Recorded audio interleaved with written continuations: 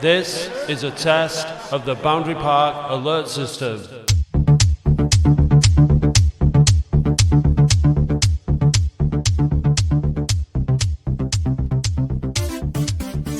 Hello and oh dear, it's a good start. Hello and welcome to the Boundary Park alert system with me, Matt Dean. It's Sunday afternoon or nearly Sunday afternoon. Just waiting for Andy Halliwell to get online, but I am already joined by the fan guest. He's been on before. I have to remember to introduce the fan guest properly because I got in trouble off a fan last week for only referring to the fan guest as the captain. If you don't know who the captain is, then in full or even who he is as an enigma, you should try harder to find out. But his name was Terry Whaley. This week's fan guest is Gazapalooza on Twitter. He's still Gazapalooza on Twitter. Yep. Yeah, but in your full name is Gaz Melia. Hello, Gaz. Hello, how are we doing? I'm all right. You've been on before, so we're not doing the whole fan intro guest thing, are we? You know, we've done all that. What you how are you feeling this morning? Because you were one of the 609, I think it was in total, that went to Barnet yesterday. You had a long day. You not only were you one of the 600 or so, you were one of the booze bus members. So, how are you feeling this morning? Tired. It was a very, very long day, as you've just said. I'm not a fan of these R5 kickoffs, especially all the way down there. But we played a blinder, and when we got back, we went to Envy. So you know what I was going to ask. What time did you leave? And then obviously, you must have had enough by the time you got home, which was, so what time did you set off? What time did you get back to Oldham? So we got to the lower house for 10. Yeah. We left at 11:30. For some reason, the driver drove us to Huddersfield before getting on the motorway, so it felt like we lost an hour on the coach. Got to Barnet literally about 5 to 5, so we didn't really we went straight into the ground. And I think we got back to Oldham must have been about 12:15, straight into Envy, about 10 of us. I think I got in about 4:45, so it was a good 18-hour shift. Yeah, it was indeed, yeah. And it was one of the questions I was going to ask was like, after it being such a long day, when you got back to Oldham, had you had enough? But obviously, the answer was no. I had enough, but my problem is I don't know when to say no. No. So yeah, it was straight into Envy with Ben Man, the captain, etc. We're a good day. Yeah. Was the captain fully dressed up as the captain still at this stage? He'd got changed at that by that point. Right. And I don't think the megaphone made it into Envy. No, I'm probably not. Andy's arrived. Hello, Andy. Morning. We've only just kicked off. We've only just introduced Gaz, and it just got a little bit of a flavour of the booze bus antics, which I've gone as planned. There was a mention of a megaphone then, Gaz. I did see a picture of Tez on Twitter with the megaphone.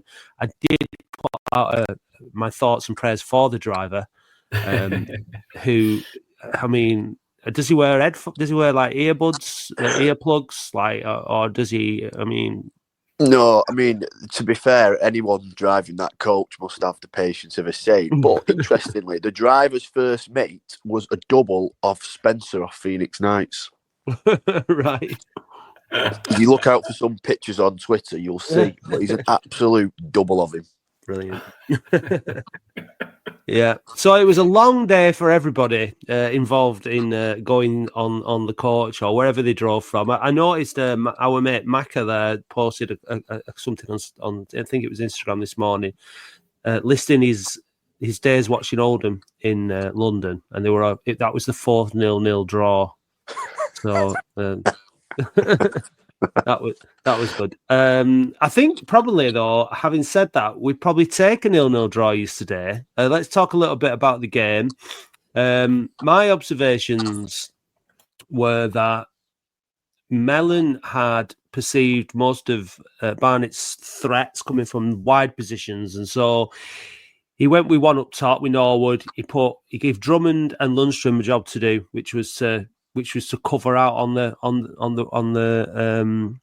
wings. It kind of left us a little bit more exposed in the centre of the park, but I think that worked in terms of what he wanted to do. I think he wanted to stifle Barnet and stop them from really playing. Like they won 9 matches on the bounce at their place, and so I think you're going to be naive if you think you're just going to turn up and play and win the game. So I think Mellon was like, we can't afford to lose the game.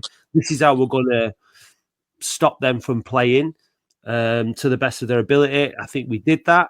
I saw Drummond getting a bit of stick yesterday on Twitter, but I actually think he did a really good job in doing what he was supposed to be doing. He wasn't really supposed to be a forward threat yesterday. His job was for the team, and he did some really good defensive play in the first half, I thought. So it's a bit dull and it's a bit boring, but it was one of those where you're looking at a month where you've got to win against Tamworth, Boston. Hopefully the derby against Rochdale will be a different affair altogether. And coming away yesterday with a point was a really good result. And I thought we rode our luck a bit. Obviously, they hit the bar. Matt Hudson made 2 brilliant saves. Defenders played really well. I'm happy with yesterday's performance and result. I'm a bit disappointed we didn't make enough a few more chances, but I think that we sacrificed that attacking threat just to sort of stop them playing a bit. Do you agree with that, Gaz? I think you can look at it from 2 different ways, can't you? I agree with what you've said. In the long run, I think Mellon will have penciled this in for a don't lose. I think he went for a point and he got one. Was I a little bit disappointed? Yeah, I think it's a good point, and we didn't really deserve anything more.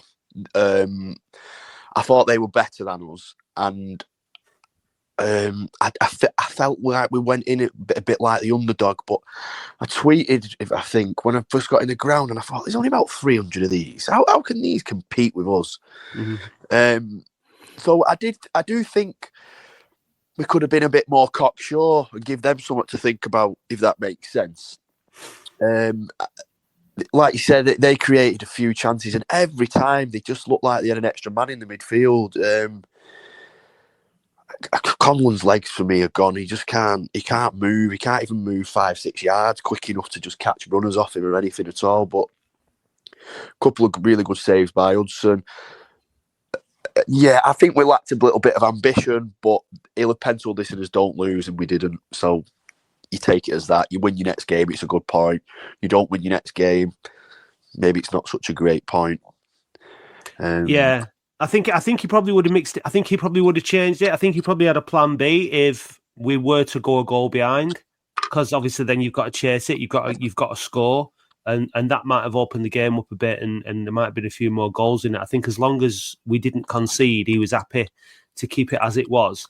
When he made his changes, it was just fresh legs in the same positions rather than actually making any tactical changes. Yeah, so he's definitely clean sheet first, isn't he? That's how he kind of approaches games. I was saying on the coach last night that I think when we play that way, I mean, it's not pretty, is it? But I don't know how you get to see the quality of Norwood or the quality of Clucas when you play in that manner, because they'll have gone home last night and thought, how have we not won that? Because they were the better side. They had the ball. They created the chances. We've took our money and ran, haven't we? Really, in a way. But I've listened to their manager's interview. It's quite a good interview actually. But he's pissed off they've not beat us. Yeah. Did you watch it, Andy? I know you couldn't make the game because you were going out, or were you able to catch any of it, or?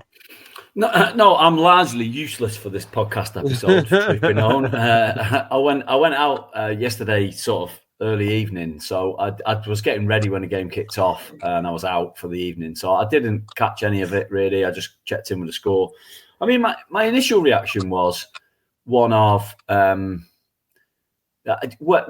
expected Clucas and Stones to start. I expected those two to be on the pitch from the off. To, I don't know, give a semblance that, like a Gaz has just touched on, that we were going for it and we were putting all our best players on the pitch. So when I saw the team sheet and saw Clucas and Stones on the bench, I was like, that's a bit disappointing. But then, you guys have watched it, I've not, and we've got a point and we've set up for a point. So I guess that's how he's looking at it. But yeah, I guess, if you've got Sam Clucas in your squad, right, and we've only got him for this season, he's only signed for this season, presumably he's looking to get himself fit and find himself a club higher up the league system. We're just going to have to play him every week. And I'm with Gaz on Conlon. He blows hot and cold. I think Conlon doesn't catch the team for me if you're playing Lundstrom, Payne, and Conlon. Lundstrom, Payne, and Clucas as that three. I'd like to. I'm hoping that we're going to see that sort of lineup coming up. Isn't Payne due to go back? Was he only on a month's loan? It was his last game yesterday. Yeah, so unless they renegotiate something, but because obviously you talk about Conlon. I know he's not an old player, but he's like you say about his legs. Maybe he doesn't cover the ground. No, exactly, but he doesn't cover the ground in the same way as Payne does, is it? And Clucas is 34, so you've got you need the legs in there. So it's going to be an interesting one. There isn't legs, and I agree with what Andy said about Conlon not catching the team, but I disagree with him when he says he's hot and cold because he's just constantly cold.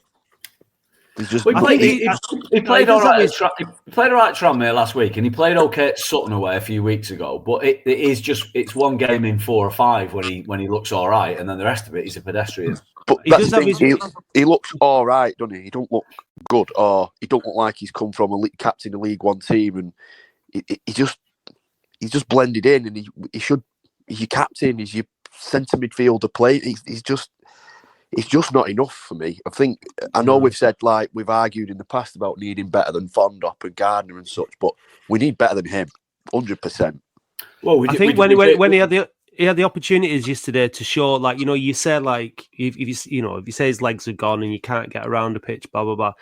Okay, but when you get a free kick or a corner, you have to give a good delivery. You've got a good left foot, etc. There was a couple of occasions yesterday where the deliveries from him were really, really poor, and it was the kind of game where we didn't have a lot of the ball and we didn't use the ball brilliantly. So set pieces were quite important for us yesterday, and we didn't make the most of them. Not beating the first man at a corner, hitting free kicks straight to the goalkeeper. Got to do better than that. I think it does beg the question. Look, the vice captain is Charlie Raglan. And he was man of the match yesterday on the telly. He's been a contender for man of the match pretty much every game this season so far, because I think the back three have been outstanding.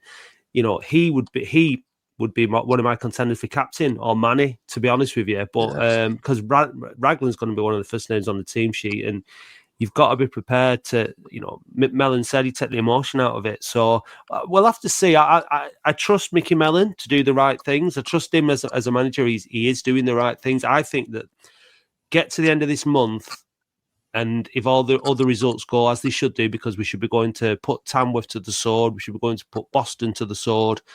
We should, hope the game against Rochdale could be really, really interesting, because they're an attack-minded team. They like to pass it about. They like to get it wide and get balls into the box, and I think they're open to being hit on the break from what I've seen them as well. So that should be, it's going to be a derby. It's going to be a great atmosphere as usual. We're obviously usually favourites because of the atmosphere when it goes to Rochdale. I mean, there was 2,000 of them there yesterday against Sutton. Absolutely piss poor effort. So I think that's probably why they've only given us so many tickets, because otherwise we outnumber them, don't we? and it's just a massive advantage to us when we go to Rochdale. So if we get to the end of this month and we pick up the points that we hope, that point at Barnet will be a really, really good point when you put it into context. But we do have to do a job on Tamworth next. But I'm going into it with massive confidence that we will. We did ride our luck yesterday, but we're the first team all season to go to the Hive and come away with anything. Yeah. And stop them scoring. So our league form at the moment, if you go off the last 5 games, we've won 2. So we do need to get back to winning games, really. And that's all. I know we're not losing, but we've said it before, haven't we? Like, would you lose against Rochdale if you could beat Tamworth and Barnet, or would you take a draw and then win one or the other? You'd rather take a loss and win, wouldn't you? Because you get more points. But yeah, just string a few wins together and put someone to the sword, and let's stick 3 or 4 past someone and get a bit of momentum going, because that Rochdale game's going to be tough. It's not going to be an easy game, that. No, not at all. It's going to be a really tough game. It should be an exciting game of football. Like, the context of it, the local derby, the big crowd, that they're on good form. I think because what it'll have, which the Barnet game didn't have, is that the essence of the local derby. And I don't think that the crowd at Rochdale, the Oldham fans, are going to put up with going for a point. We're 7 points behind York and Forest Green now. And when I listened to Darren Moyle's interview on Friday, I was thinking, with the amount of resources we've got, we've barely touched them yet. And other teams must be stretching what they've got now. So I was thinking, after Christmas, and I still do think this, we could absolutely steamroll this division if we really get ourselves together. I'm a bit... York are a bit like an enigma, aren't they, really? Because they're a year behind us, really, in terms of like ownership and stuff. So how are they bloody 7 points clear of us? Yeah, but they kind of like went from the momentum of like coming out of National League South, new stadium. I think that, maybe well, they nearly got relegated last year. They did, yeah. No, they did. But I guess they were, I don't know, things weren't quite as maybe behind. They've scored the most goals in the league, I think, and they've not conceded many at all. So they do look a good side, don't they? It's going to be, but they're doing I'm really everything looking that forward we say to that. we can't do, aren't they? Because we say we need time, etc. But they're kind of pissing that in the wind against us. Well, I think that they got rid of. They made a managerial appointment, didn't they, York, that didn't work, and they fired him quickly. Yeah, and we didn't. We stuck with Hunter for a bit longer to try and give him a chance, which I was all for at the time. But I guess that year put us back a little bit, and we've had to start again with Mellon. That's probably the difference, you'd probably say. But yeah, I agree with you, Gaz. If we can get going on a good run, there's no reason why we shouldn't be able to find a back end of the season easier with a slightly bigger squad than other teams have got. 100%, definitely. So we hopefully we'll see a decent run. I just want to see us play our better players. Look, Mickey Mellon knows that this is a season-long campaign. Yeah, nothing's won in September, October, November, December. If you'd have said at the beginning of the season, you'd be 7 points off top place. Halfway through November, are you okay with that? But yeah, I'm okay with that. So we are totally where we want to be. That game against York on Boxing Day is going to be fantastic. I can't wait for that. Big really crowd. looking forward to it. They'll bring a load down. We'll bring a load. Be a real. Hopefully as well, we'll close the gap on them by then. Teams ebb and flow through this season. Forest Green and York are on good form, but at some point they'll have a run where they're dropping points, and hopefully we'll. You see, the thing is now we've still only lost 2 games all season. That's really, really good. All right, we've drawn a few too many, but we've only lost 2 games, and the mentality in this team is we don't lose games of football. And like you say, I think in the new year, I think once we're playing all these teams again. The performance against Barnet at home, I think, will be very different to the performance against Barnet away. And if we can not get beat by the teams ahead of us, maybe Nick wins at the likes of York and Forest Green when the time comes, then I think we're going to be right in there. I really do. There's going to be shock results. York will go to somewhere like Ebbsfleet and get beat at some point because it tends to just happen randomly. And you're like, whoa, I didn't expect that. So it's really all to play for, isn't it? And over the course of a whole season, we don't know what's going to happen. We just need to hope and pray that the better players in our squad stay fit. Raglan got a knock yesterday, didn't he? And Hudson went down as well. They're both a bit worrying at times where they looked like they were in quite a bit of pain. So hopefully they'll be okay because they're massive. I mean, we had the conversation on the phone, guys, a few weeks ago. People coming in, well, there was a lad, I think he called James, saying about Hudson, and he was getting a bit of flack on Twitter. But he made 2 brilliant saves yesterday. Kept us in the game. I can't get on board with this Hudson thing at all. I've tried and tried and tried, but with we've had far worse keepers when we were in League One. He's a steady pair of hands, and actually his gamesmanship's really good. He knows when to go down and fake an injury. He knows when to delay a goal kick. He's the last person Mellon will be looking to replace in this squad. Agreed. Yeah, he did really well yesterday. Should we have a quick listen to Mickey Mellon? Because I haven't listened to his interview yet, and I'd like to know how he viewed the game yesterday. I saw you on telly yesterday, Gaz. Actually. Oh God! Yeah, you were chatting through the minute silence. Oh, for fuck's sake! So what was I doing? No, you weren't. No, you weren't chatting. You were just kind of looking across at somebody on your raw, and you giggled a little bit. But effectively, you made an absolute disgrace of yourself. Anyway, the missus doesn't know I went. She thought I was at home all day. Yeah, right. Well, you were on telly anyway. It was nice to see lots of familiar faces, actually, and I'd like to applaud everybody who went down to watch the team yesterday, and I'm sure Mickey Mellon will say the same in this interview. Mickey, was that a battling draw tonight? Oh, without a doubt, yeah. You had to get an awful lot of stuff right to get that clean sheet. We fought really hard to try and get that. We felt that, as always, we always want to try and improve and get better. We could have been maybe at times a wee bit better with the ball and took a wee bit more, a wee bit more risk maybe at times. But at the end of the day, to come and be battling against a team that's at the top end of the division for you, certainly we will be happy with a point, and we're able to have still got to come to Oldham. So battled really, really hard. A lot of really good defensive performances, and they ran their socks off. Last season we might not be able to sustain that type of work rate, but this season you've seen how fit they are, and Boyd only a magnificent crowd again. Have to thank them again. They were brilliant for the whole of the game, and played a massive part in getting us that little bit more out of us. We're just sorry that we couldn't maybe show a wee bit of, maybe quality, or get a wee bit of fortune, or maybe we could maybe get some of the 50-50 referee decisions go our way that we got none, in order to maybe try and get us up the pitch. But all in all, back to back for the boys, and a good battling point. As you say, Barnet have been at the top end of the table since the season began. They've won 9 out of 9 home games up until tonight. How much credit do the lads deserve for the way they've dug it out? We're Oldham. We don't come and take that as a prize. We come here to try and beat them. We come here to try and win. We set about. We picked a team to try and win the game. The very least that you want to do is come away here with something and get a clean sheet and come away with something. We'll take the positives out of that. But like I said, we're Oldham, and we'll try and go everywhere and try and beat you. But we'll take what we get and respect the point, as we always say. Hard-earned point. The boys deserve that from us. They fought their hearts out, and a good battling point.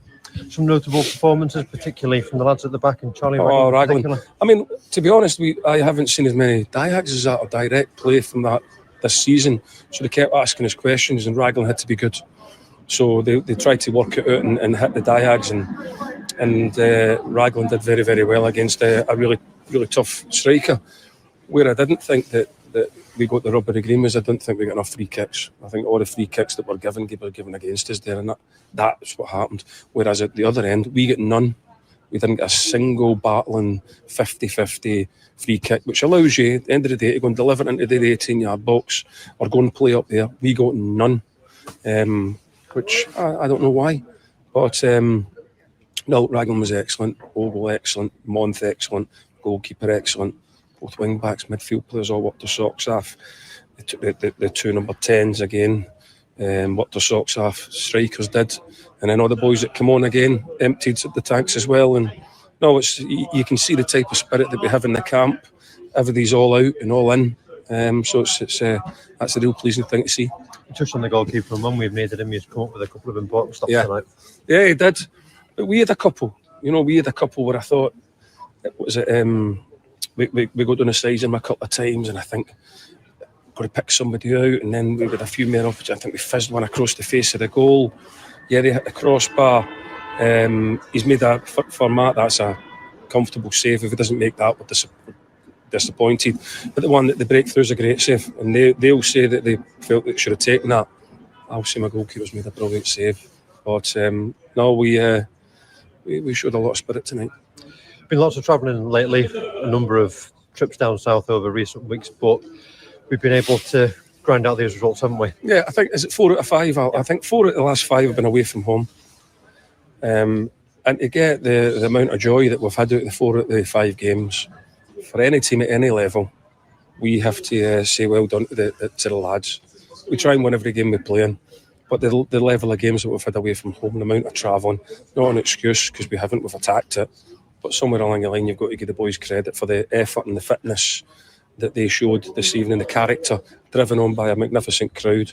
We look a good football club. We really do. We look a really big, powerful football club, and we will keep on driving on. I'm just going to finish by asking about the fans. 2,200 at Tranmere last week, another 650 here tonight. It shows, obviously, they're incredible, and we want to deliver for them. And there have been loads at home watching it as well. No, they are faultless, and we are delighted with the support we gain every week that we go out. We remind the boys of that, and we try and make sure that we represent them really well, and certainly in battling qualities and character. That's what the people of Oldham will want to see. So we'll keep delivering on that. Thanks for your time. Thank you, Al. You know what? I think that throughout the game, not the game yesterday, but throughout the game with a capital G, like a lot of people have forgotten about Oldham Athletic and the size of the club and who we are really. I think a lot of Oldham fans forgot it for quite a long time, and I think we're still underestimated as a club, the size of the club. Even, I mean, like yesterday on DAZN, like the guy that was with the commentator bloke, presenter bloke, saying 2 massive clubs. I was like, you can't say 2 massive clubs and equate like Barnet as somehow the same size as Oldham Athletic. That's absolutely ridiculous. And we're still treated as the underdogs, and I think that might work in our favour a little bit as the season progresses. Hopefully, it won't continue because we are not underdogs in terms of our stature in this division, but we've not proven ourselves in terms. I think people look at league tables and things like that about whether or not a club is, we are by far the biggest club in this division, and our support, our away support, absolutely shows. I think Southend probably comparable sometimes with their away support, but we've not kicked in and put our footprint on the division as the size of club that we are. But with every interview that I listen to Mellon, like I just believe that he's taken us back in that direction. I just believe that he is the man that he's been put in place. Thankfully, like I say, I'd kind of written him off initially as a bit of somebody who kind of had his peak. Thankfully, other people who know more about football than me didn't and put him in that position. And he's totally. I just every time I listen to it, every match interview, I just think, yeah, he's spot on there, Mickey. And I think he's just doing an absolutely brilliant job. Gaz, you and I had many conversations on here and on the phone. It's sack him over Unsworth. How do you feel about Mickey Mellon? Well, firstly, going to his interview, if you'd listened to that and not watch the game, you'd think that we'd had a right good go. But we didn't, did we? I mean, no team goes into a game not to win. But the priority yesterday was definitely don't lose. And when he alluded to it, we could have took a bit more risk, etc. He's absolutely spot on. We could have, but that might have meant us, being a bit more open and conceding a goal. So. On Raglan, and I noticed this yesterday, Caprice was excellent yesterday, by the way. Caprice, Ogle and Raglan are always so busy because the opposition do anything they can to get the ball away from Monte. So it's not like they try and exploit our right, it's the fact that they try and avoid our left. So, like Raglan yesterday, and that centre forward must have been a good half a foot taller than him. Did have his work cut out all game, and he did do really well. So Mellon was right there. I think I was a bit like you, Matt, with Mellon at first, and there was definitely elements last season where I thought the game's progressed past him here. It's not what it were, and the league's not what it was when he was in it. And when I went to the open mic night with Mickey Mellon, one of the first questions I asked him was, has the league changed since you were last in it, like in terms of what you're seeing, in terms of the quality in teams playing football? And he did acknowledge that and say, like, it's, you're getting a lot of ex-academy players and teams are playing out and stuff. So maybe it took him a little bit of adjusting to figure it out. But even throughout last season, when I was being critical of him, I always fell back to, I don't think there's anyone else who's best positioned to get us promoted. And I still believe that. I still don't think he's here long term. If he gets us up and we struggle in League Two, he might be gone. I don't know, but I definitely think he's the man to get us up. But it has to be this season. This is the third year. This is the promotion season. We have to go up. There's no way we'll have the finances and the backing next year if we don't get up this year. But I'm optimistic, and I do think we'll go up. Andy, do you think? I mean, because the reality is, we might not go up. I keep trying to temper this. Yeah, of course. Like, yeah, this has got to be the season. Come down to it, we might not, because this is the hardest league to get out of. But where do you think that? Well, what do you think, Andy? Well, I don't know whether have either of you listened to the Price of Football podcast this week. So the one with Kieran Maguire and the comedian, whatever, I can't remember what he's called.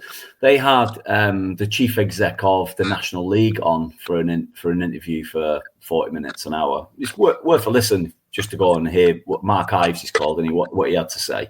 And he comes with a bit of. He comes, Mark Ives, with a little bit of sort of, I don't know, frustration, or maybe some people are not entirely sure on his objectives or whether he's being completely honest at times. And of course, we had Darren Rolls' interview this week as well, which touched upon some of the same subjects. I'm going to get back to Mellon in a minute. I just want to set it up with this. Mark Ives said his main priority as the guy running the National League, his main priority is to get 3 up, 3 down, because he thinks that there's a massive bottleneck. He actually described it quite nicely. He said it's supposed to be a football pyramid, but it's actually a football hourglass, because the hourglass sort of bottlenecks at National League level, and the top half of the National League is as good as the bottom half of League Two. And he talks about all the teams that go all through the National League and go through League Two. And I think he's right on that respect. But there's quite a lot of work to do, because you've got, turkeys voting for Christmas in the EFL to agree to 3 down. But that's his main priority, which I thought was interesting to hear him say that.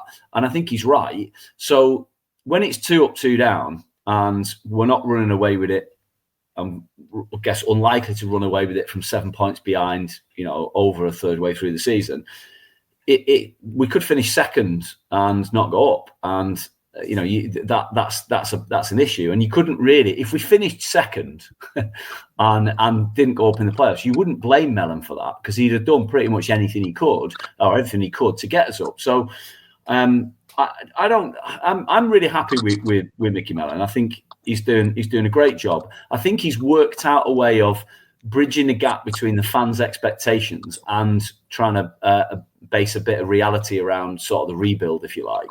And he bridges that gap quite well now in the way that he communicates with us through the interviews. And it feels like when you're on the terrace, everyone's behind him. And I think he's done a good job in that respect, because it's not easy, is it, to manage expectations and get everybody on side at the same time. And everybody feels like we're in it together. And I think that makes a big difference. There's no booing, there's no getting on players' backs in the games I've been to anyway. And therefore, I think that shows a lot of skill on his part. And then you look at the signings he's made, your Month, your Charsley, Klukas, Stones on loan, Caprice. He's definitely made a big difference over this summer. We talked about Conlon maybe not quite being up to it. I'm a bit unsure on Kay, although he's been in and out and injured. He looks like maybe one that isn't quite cutting it. But he hasn't made very many mistakes in recent transfers. And obviously he's had a scouting. It takes a lot of credit in that. So, in the backroom team that he's completely changed because he felt there wasn't the right attitude amongst them. I think you've got to say he's doing a pretty good job. I feel like that when we go through this league, I said it last week, when we get into League Two, I expect us to be in the top half of League Two straight off the bat, just on the virtue of the fact that there's a lot of dross at the bottom end of League Two that I think we would turn over now, let alone when we get up. So I can see Mickey Mellon taking us through to League One. And then, if he does that, he'll be pretty much a hero in Latics history, and then he'll get as long as he needs, really. So I can see him being here for a little while longer, if he wants it. Someone else may come in for him, but I'm happy with him. I'm happy with the progress. I feel really quite content at the minute, and I feel like the ship has turned, and we're on our way back, and it's going to be really, really good to enjoy. Maybe the next 5 or 6 years could be really enjoyable 5 or 6 year period, because it comes in waves and spells, doesn't it? Then you might have a dip. I'm really sort of pleased. I see. Just on another point, on those interviews that if you listen to the Price Football podcast and Darren Royal, they talk about FA Cup replays. I've seen some fans giving Darren Royal a bit of stick about FA Cup replays on social media, but actually I think Mark Ives described it a bit better on the Price of Football podcast. He basically said the decision was completely taken, I'm paraphrasing here, but completely taken out of the National League's, National League couldn't affect the decision. It's something called like it's basically the FA and the EFL together that make that decision, and the National League are not involved in the decision. And what the National League sought to do was negotiate compensation from, is it the PGA or something like that, Professional Game Association, I don't know what it's called, something like that. The National League said they wanted more prize money for the fourth qualifying round 1 and round 2, so that any National League clubs that progress through to those stages would receive more money, even if they're lost in those ties, than they would have done if they'd have got a replay or two in those rounds. And so he sort of described that it wasn't the National League were giving up on replays. It was something just taken out of their hand. So when you sort of understand that context, you can kind of cut them a bit of slack. I don't think anybody didn't want that. And then you've got the National League Cup that none of us like or want to be in as fans. I paid no attention to the midweek game. I won't be paying attention to any of the games. But they were sort of saying, well, look, the suggestion is that the National League has caved into the Premier League over money, and therefore it's putting the National League maybe in conflict with the EFL, which is not a good thing for the National League if they're trying to negotiate a third promotion at place out of the EFL. And he kind of said, look, that's not what it's about. We consulted our clubs. And obviously, Latics have been, with Darren Royal on the board of the National League, a pro the idea. And I thought Darren Royal articulated it pretty well in his interview about reasons why. We've got no B team. We were playing Premier League 2 teams in friendlies anyway. We were getting players injured in those games anyway. So why not play those games under more of a competition where we've got more prize money to play for? And we're not going to lose any money because the Premier League teams are paying for all the electricity and the stewarding and everything else that comes with it. So actually, it's a bit of it's kind of worth doing. So when I heard those 2 interviews this week and you put them sort of in context and side by side, I was probably a little bit more forgiving, probably. The hope is, guys, that we won't be in that National League Cup more than once, because we want to get promoted. But the reality is that we could, like Andy said, we could finish second on goal difference. You know what I mean? By 1 goal, and you've had a brilliant season, and then not get promoted. And I think, like, in terms of next season, like looking at a worst case scenario, I think that. Do you think that season ticket sales and things like, if we do go into that situation where we miss out by the skin of our teeth, do you think the fans will respond in kind when it comes to season tickets and attendances next season, guys? Yeah, don't get me wrong. If in that scenario, you wouldn't be blaming anyone. The club have backed it, and you've got as close as you can get. And I definitely think you'd probably sell more season tickets because you'll have ended, even though you might have lost in a playoff final, you've still ended the season well. Whereas last season, what we didn't win in our last 10, the football was crap. Yeah. So that's why a lot of people didn't buy. I just worry that, the reality is, if we don't go up, financially, the backing is not going to be the same. it's not going to be anywhere near the same. So that's going to make it harder to then sustain that push again the next year. And then before you know it, you could be 7 or 8 years in this league. Yeah, I agree. It's going to get harder. I think that's where, as fans, and I think the potential for this club and the size of it has to kick in. And in terms of what we can do on the podcast and what OASF can do, and what the club can do in trying to mobilise fans and get 8,000 people in Boundary Park every home game, so that that there are funds coming in from supporters from the town to get us out of this division, and have that belief that if we do that, we're contributing to the success of the football club. Sorry, guys. I listened to both those interviews with OSF, with Morris over the last 2 episodes that you did where you split it. It was interesting to hear Morris talk. I don't know whether there was one point I wanted to sort of raise from that I was unsure on. I don't know whether it was just the way it was framed might have been a little bit clumsy, but possibly there was talk about player share.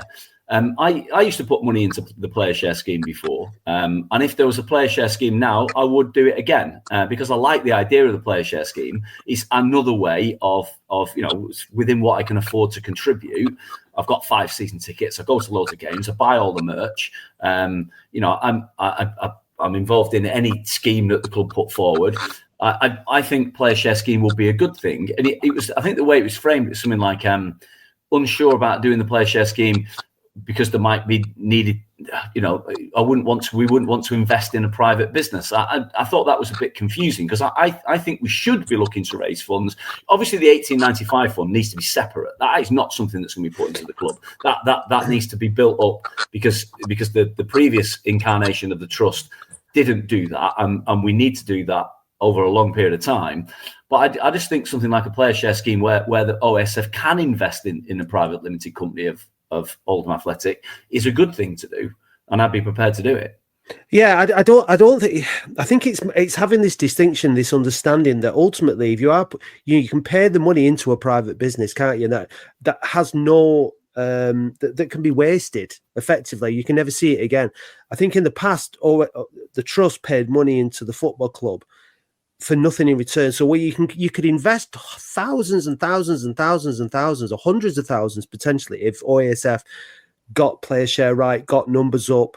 We're talking down. They're not talking next season or season. I'm talking further down. And I think we're talking about, if you're going to do that and you're going to contribute towards, relieving the burden of a private business, there has to be some kind of payback in terms of, when the shit hits the fan, or if the shit hits the fan again, you're not then just ostracized. It's about trying to bring the fans and the contribution of fans to the table when it matters, and being involved and having that voice, and getting some kind of reward back for it. Because otherwise, you are effectively just relieving the financial burden on a private business. So that, I think, it's having that understanding. I would like the club and the community and the fans to be more involved in the sustainability of the club as a formal entity, so that burden of responsibility didn't fall entirely onto a private business. And so I think we're talking about ownership models and investment models, and trying to work towards. We're not going to be a fan-owned club, but can the contribution of fans be incentivized more, so that that you're contributing to it, and that there's a stake in it, and that the fans are then have more responsibility, but given proper representation by OASF in that. It's just having a fresh look at how that works, rather than just pumping money and giving it to whoever the board is at the time, letting them spend it however they want, for then to have not even a say when it comes down to who the club is sold to and all that kind of stuff. So, guys, I'm going to bring you back in, because there's a bit of background noise on your mic, which is why I'm muting you while you're on. But I don't know. Does that make sense, what I said? Or the trust and all that bit just blows my mind, to be honest with you. But just going back to what you said before, the trust bit, Andy, I don't know if it was last week or the week before, you nailed it about the club when you said it's just ready to explode. I couldn't agree more with that. We are ready to just burst, aren't we? Yeah. and it could be this year, and I genuinely hope it will be. I saw Frank a few weeks ago at something that would happen at Queenless before, and he was quite direct, and he said we want to get promoted this year. I don't think there's talk of anything but that in and around the club. So, and it does feel like everyone's on board. The supporters this year have been brilliant. Like home and away, the backing that the club are getting and the players are getting. It feels like everyone's on the same board, going in the right direction. I don't think Mr. Norwood was a few weeks ago, and I think Mellon sounds like he's had a couple of clear the air talks with him, because he said in his interview after Tranmere, didn't he? That's the James Norwood we want to see. So if he wasn't on board, it sounds like he is now. So yeah, let's just. This is the time. This is the time to when you've got that sense of togetherness, when things are going well. That's why there's this thing with the trust and OASF and stuff. Like getting people on board when should be easier when times are good, because then they've got some kind of unfortunately, the kind of world we live in and the economy and economics often boom or bust. You know what I mean? We are ready to boom. We are, but unfortunately, at some point down the line, that can be followed by a bust. And so we've been there, we've done that, we know all that. So trying to build a sustainable football club is really, really important, and how fans fit into that is really how we contribute. When we are putting money into the club, knowing that money is going to be used in the right way, and that it gives us some kind of a significant voice. You're not just ignored then. So it's all everyone's together when everything's going well, and there's a real unity and blah blah. And then as soon as things go wrong, the fans are then back on the to the. Now is the time to set those foundations. So I think that's kind of the conversation we were having. I think that's fair enough. I think it's possibly the way it came across didn't necessarily maybe. It wasn't quite as described as clearly as you've done there, and I kind of sympathise with that point of view, because of course in the past, people who've looked after the trust and represented the supporters have done so with their own personal objectives at the forefront of that, and we want to avoid that. We don't think that there are people in the trust with those objectives. So you've done a very good job of managing it, then the people in there to the point where that's not the case. And I guess I was putting money into player share, for ages after we'd even last involved in signing a player, and was asking myself, where's the money going? So you're right, you do want people to feel like when they're contributing with their hard-earned money that it is going to be managed well. So that's fair enough. But I just think that the amount of money that the Rothwells continue to pour into the club. Darren Roll touched on it again, especially in the National League. Okay, they've got the assets. They're their assets that they can resell in the future and recoup some of that money. But the money that they pour in every year, which is just to basically run us, they'll never get that back again in any season. So Gaz is right. Eventually that has to stop, whether that's this season, next season, or when. It can't go on forever, because it's not, a limitless pot. And it is incumbent upon the rest of us, led by the trust ideally, to find a way of helping the Rothwells generate more money to run the football club, because we all want the football club to be successful, and we've got to put as much as we can individually afford into it. That's just. But they're putting that money in now in the short term, right, to sort of get the club back onto an even keel and then build on. So it's like, well, where does additional money come from? Well, obviously, if we get promoted, we get more money coming through the football system. We get bigger crowds, we get more sponsorship, etc., etc. So it's trying to work with the club to build a longer, sustainable model, because obviously our aim is we all want to get into the Championship. Well, if you get into the Championship, you can look at the list of clubs that are absolutely massive that struggle to get out of that division. Preston North End are the absolute, top example of that. Brilliant stadium, brilliant, huge fan base, etc. Can't get out of the Championship for love and money. It costs them a fortune.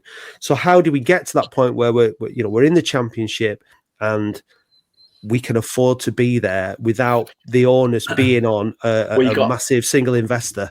Well, the interesting thing with that is you have to have an academy at that stage, which generates young players that you sell on for millions of pounds, and that is not something we've had for a long time. And you look at only some smaller clubs around us that have turned over players in the millions, and we haven't sold a player for £1 million plus since the 1990s. You know, and that's part of the thing, Andy, with the player share thing, or with the with OASF. Can the fans get involved with helping fund an academy or whatever, bringing young players through? But then the return on that is what we're saying is that there's got to be it's got to be taken seriously, the fan involvement, the fan investment in not just platitudes of, or we have to ask you if you want to change our shirt colour from blue to red, or if you want to change the badge, or little things like that. That ultimately, all right, they are important, but you have to have a seat at the table. If you're going to start throwing in hundreds of thousands of pounds,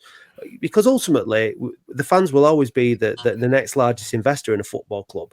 And I just don't want us to go down and make the same mistakes again. And I'm hoping that conversation with the club will start to become more serious over time. Again, once we've got a fan on the board at the club, once we've got more members for OASF to back it up, we're gonna have to keep banging this drum. It's £12 a year.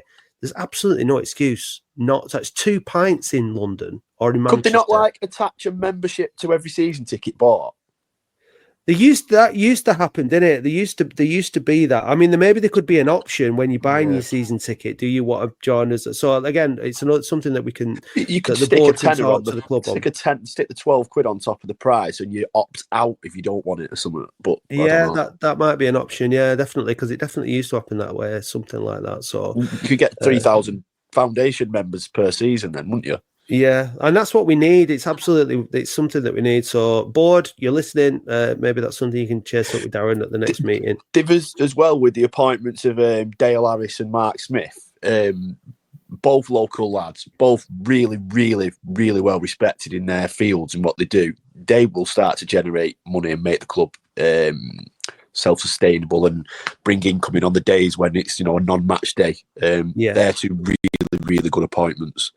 And that's it. It's the whole thing. We are in it together. And it's before we move on to Latics Mind, I think that is a really, really it's a massive, massive team effort. We cannot as fans expect one family to put all the money in. And as an organisation, the football club, everybody in it. It's the fans, the players, the manager. It's a massive, massive team effort. We've all got to contribute in every way we can. And hopefully we can get a cup run as well to get some money this season. Hopefully we can get a cup run this season to get some money. Exactly. Get from Leighton Orient and get a decent tie. We've got a chance at Leighton Orient. They've not been doing too well, have they? Where it'd be a great test. It's a great test for the team to go down there and see. Like you mentioned, Andy, no replays, so it's totally doable. And then and what a reward that would be for the Rothwell family and the fans. Imagine getting up United away or something like that. Just bloody London again. I'm sick of going down there. I know. We'll probably end up getting if we get through. We'll end up getting a London game, won't we? Somewhere like Arsenal. Fine with me, lads. Yeah, fine with you. Yeah. I'm absolutely sick of it. Yeah. Promotion will certainly help. I was gutted when that tie came out. I was thinking, please, just give us something within 60 miles, please. Yeah. Well, your point is right there, Matt. Have you seen how many northern teams around League Two? You'd be absolutely laughing, you lot. I'd be doing loads more travelling if we go up. Yeah. Well, certainly those fans who do make the trips every single week, they certainly do deserve a break from that over this season. So hopefully the break that they get is that promotion. It got a lot of just getting off, and again, a lot of credit to those people who travel every single week, Tuesday nights. There was 4 coaches yesterday. 4 fans coaches went down. Yeah, that's meant that big effort. That it is. Fair play to every single fan. Right, so guys, you have to play Latics Mind. It's the rules. How many did you get last time? I've never played it. Oh, have you not? Right. No. Okay. Right. Well, in that case, you got a chance to set a new personal best. Andy, you ready with the questions? Crack on. Guys, may the force be with you. Yeah.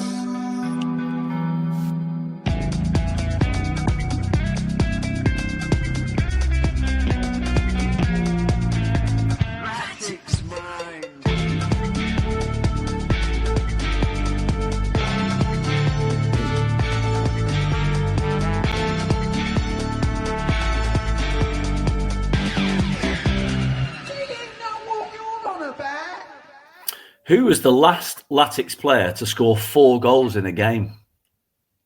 Clyde Wynard. Correct. Which New York businessman had 2 spells on the board of Latics between 2009 and 2012 before turning his attention to trying to buy Port Vale and latterly Stockport? Pass. Old Grounds. Who scored Latics' last goal at Saltergate? Oh, shit. Delroy Facey. Neil Eardley. Who replaced Ian Dowie as Latics manager? Brian Talbot. Correct. Who saved a Georgie Kincladze penalty in a Latics 2-1 win against Man City in 1996? Gary Kelly. Correct. Latics have been in the playoffs to date 3 times. How many goals have they scored in total? 8. 5. Which head-guarded centre-back played on trial in the summer of 2014 and scored against Melbourne City, but never actually signed for the club? Pass. Tough one, that. During Latics Pinch Me season, who was Latics' biggest league win against? Oh. Bolton. It was Bournemouth. Latics reached the FA Cup 5th round in 2013, but who knocked them out in the 3rd round the year after? Liverpool. Correct. Upsets. Whose goal knocked Man City out of the FA Cup in January 2005? Scott Vernon. Hooray. Who did Latics beat 5-0 in a friendly north of the border in July 2015? Clyde. Stirling Albion. Oh, I just started to speak, so that'll start it or finish. Newish Grounds. Newish Grounds. Who scored Latics' first ever goal at Doncaster Rovers' new ground? I can't remember when it frigging opened that. I'll go for Powell Abbott. Jason Jarrett. I tell you what, that's not a bad effort, mate. You didn't do bad there, guys. 1, 2, 3, 4. You're right up there in the playoff positions with 4. That's pretty good. You had 2 passes, I think. Matt, we'll try these out. Do you remember who the New York businessman was that was involved in Latics a couple of times before trying to buy Port Vale and Stockport? Nope. He was one of Carney's mates, obviously. I was going to say Simon Blitz. No, you'll remember the name. He was called Mike Newton. He was one of Carney's mates that was hanging around the club for a while. Yeah. And then the other one was, I've never got this. Which head-guarded centre-back played on trial in the summer of 2014 and scored against Melbourne City, but never signed for the club? Is he the Romanian lad? Well, I don't know. He was called Miguel Lera. Oh, Spanish. Yeah. So, yeah, I've completely forgotten about him. But it's a good effort. How many did he get? 4. Not bad, guys. Not bad. Not bad. Well done. Well done for, being able to string sentences together, because at the end of the day, you didn't get to bed until 4 o'clock in the morning and you were on the lash for 18 hours. It was just 18-hour shift. I'm about to drive to Georgia Chicken in a minute. 6 spicy hot wings, towered up burger, gravy, and 2 Pepsis. 1 to neck, 1 to sup.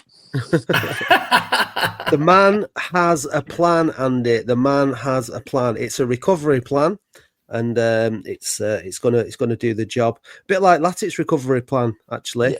I have been holding onto my phone with the page open the whole way through because I'm terrible at forgetting to do things. But I did get an email this week from Samantha Vickers, and Samantha has just married her husband Ross, who's a huge Oldham fan. And she asked if we could give them a shout out. So on the podcast, she said to try to get the club to give a shout out, but she didn't manage to get through. So obviously, second best is it's predominant and award-winning podcast. So to Sam and to Ross and to their daughter Indy. Congratulations on the wedding. And there you go. You've had your shout out. Congratulations. Let's hope that as a collective we are celebrating. That point at Barnet might just have been, come the end of the season. Yeah, one point. You never know. We need Fondop back for next week, by the way, because Tamsworth are horrible and play the ball in the air all game, and he's going to be massive at defending that horrible long throw. I mean, that's what I knew was about to say. You were straight first name on the team sheet, Andy, aren't you, Big Mikey?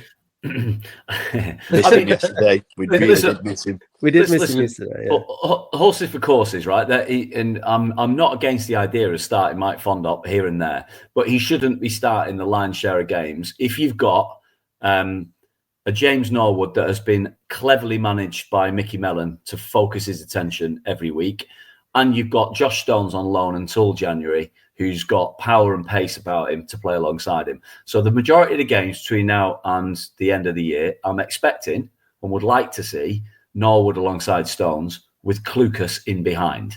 And however that manifests, they're three of our better players. Harry Charsley to come back in for me as well, because I thought he was fantastic. With the settled back three as they are, that for me means Conlon doesn't get in, and that's great. Conlon can come on as a substitute and affect the game in the last 20 minutes, just like Mikey can. It's got to be Lundstrom in behind, hasn't it? Behind the front two. Just on that, what if Mikey's still scoring goals and they're not? You can't just not play him because they're better than him. No, I'm absolutely delighted with Mikey's performances this year. I think he's been brilliant and led the line superbly at the start of the year, and he was in the team on merit in front. He's injured at the moment. He's done his hamstring.